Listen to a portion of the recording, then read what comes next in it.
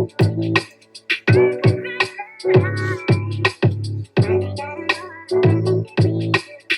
sommes à Mulhouse aujourd'hui avec Édouard Ullmann, cofondateur d'Alzapéro. C'est un concept qui nous a séduit, Édouard. Quand est-ce que vous avez eu l'idée de cet Alzapéro?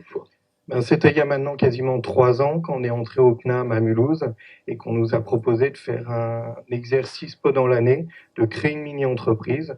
Et nous, on a décidé de créer Alzapéro et donc de créer ces fameux coffrets. Voilà, je rappelle que vous êtes tout jeune, vous avez 23 ans, et c'était l'apéro avec les potes, avec les copains, où vous vous êtes dit, tiens, on peut en faire une société.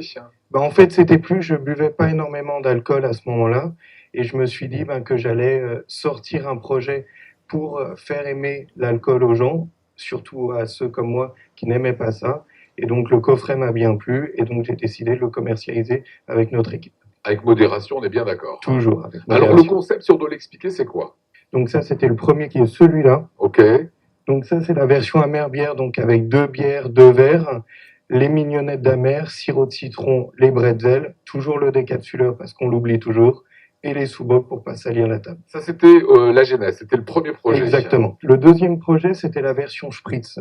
Donc celui-là, on a sorti avec une demi-bouteille de crémant des caves de Turkheim, une bouteille de Carola pour avoir un peu de pétillant d'eau, les 2 mignonnettes de Spritz, et ensuite, pareil, les bretzels et les sous-bocs. Voilà, et il y a d'autres développements à venir.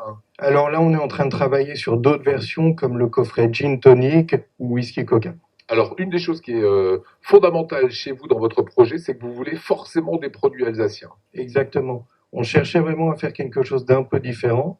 Donc, on a cherché plusieurs entreprises et on est tombé sur Rhum Métis, qui est une entreprise assez connue en France, puisque c'est le rhum à Angers le plus connu au monde en termes de médailles, parce qu'il en a 250.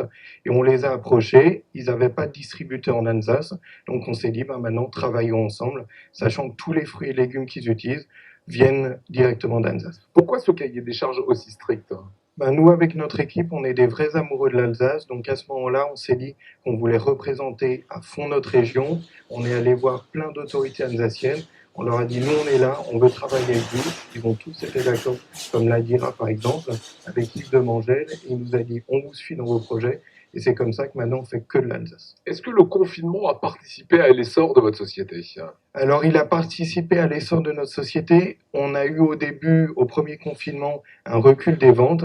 Et c'est à ce moment-là qu'on s'est dit, on va sortir de nouveaux produits, de nouveaux projets comme la distribution, et que depuis, on se développe avec ça. Voilà, parce qu'il faut rappeler, on commande sur votre site internet. Exactement. Et après, vous l'envoyez tout simplement par la poste. On l'envoie partout en France.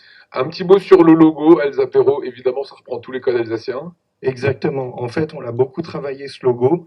On voulait d'abord la cigogne, qui était le plus important pour nous en Alsace. Ensuite, on a travaillé sur le blason alsacien.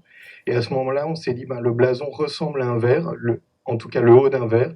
Donc, on rajoute un pied et on fait la moitié comme si c'était une bière. Voilà. Aujourd'hui, les futurs projets pour vous, c'est quoi?